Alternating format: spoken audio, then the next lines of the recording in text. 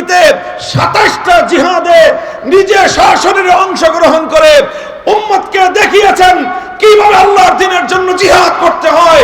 উম্মতকে শিখিয়েছেন, প্র্যাকটিক্যাল দেখিয়েছেন কিভাবে আল্লাহর দ্বীনের জন্য রক্ত দিতে হয়। প্র্যাকটিক্যাল দেখিয়েছেন কিভাবে আল্লাহর দ্বীনের জন্য ত্যাগ আর কোরবানি স্বীকার করতে হয়।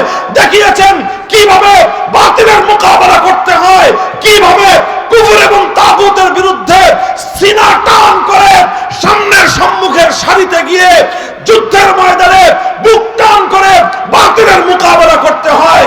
এটা শুধু মুখে বর্ণনা করে বয়ান দিয়ে আল্লাহ নবী বোঝান নাই, প্র্যাকটিক্যাল করে করে তিনি দেখিয়েছেন।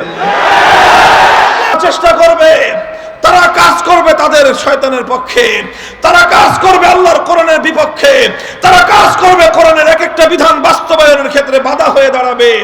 তারা যদি আল্লাহর কোরআনের এক একটা বিধান বাস্তবায়নের ক্ষেত্রে বাধা হয়ে দাঁড়াতে পারে, শয়তানের দোসররা যদি শয়তানের নির্দেশ বাস্তবায়ন করতে গিয়ে আল্লাহর কোরআনের পথে অন্তরায় হয়ে দাঁড়াতে পারে, আল্লাহর বান্দারা আল্লাহর কোরআনের এক একটা বিধান বাস্তবায়ন করার জন্য শয়তানের দোসরদের মোকাবেলায় রাজপথে নামতে তারা প্রস্তুত থাকতে হবে।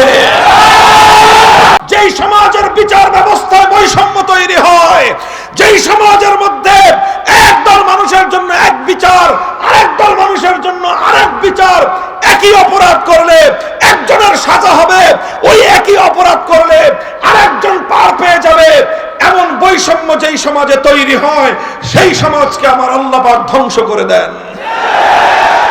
এই জন্য হে মুসলমান, শুধু সিরাতুন নবীর ওয়াজ শুনলে কাজ হবে না। আল্লাহ পয়গম্বর যেই বৈষম্যহীন সমাজ গড়বার জন্য, ইনসাফ ভিত্তিক সমাজ গড়বার জন্য আমার নবী আল্লাহর জমিনে প্রেরিত হয়েছিলেন।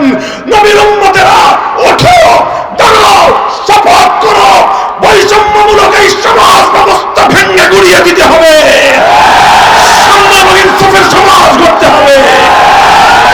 ওই তাকায় দেখো ফিলিস্তিনের হামাসের মুজাহিদিনরা কিভাবে তারা বুক টান করে ছোট্ট ছোট্ট শিশুরা পর্যন্ত জায়নবাদী ইহুদিদের মোকাবেলায় মাঠে নেমেছে। খোরাসান থেকে ফিলিস্তিন, দামেস্ক থেকে নিয়ে বাগদাদ পর্যন্ত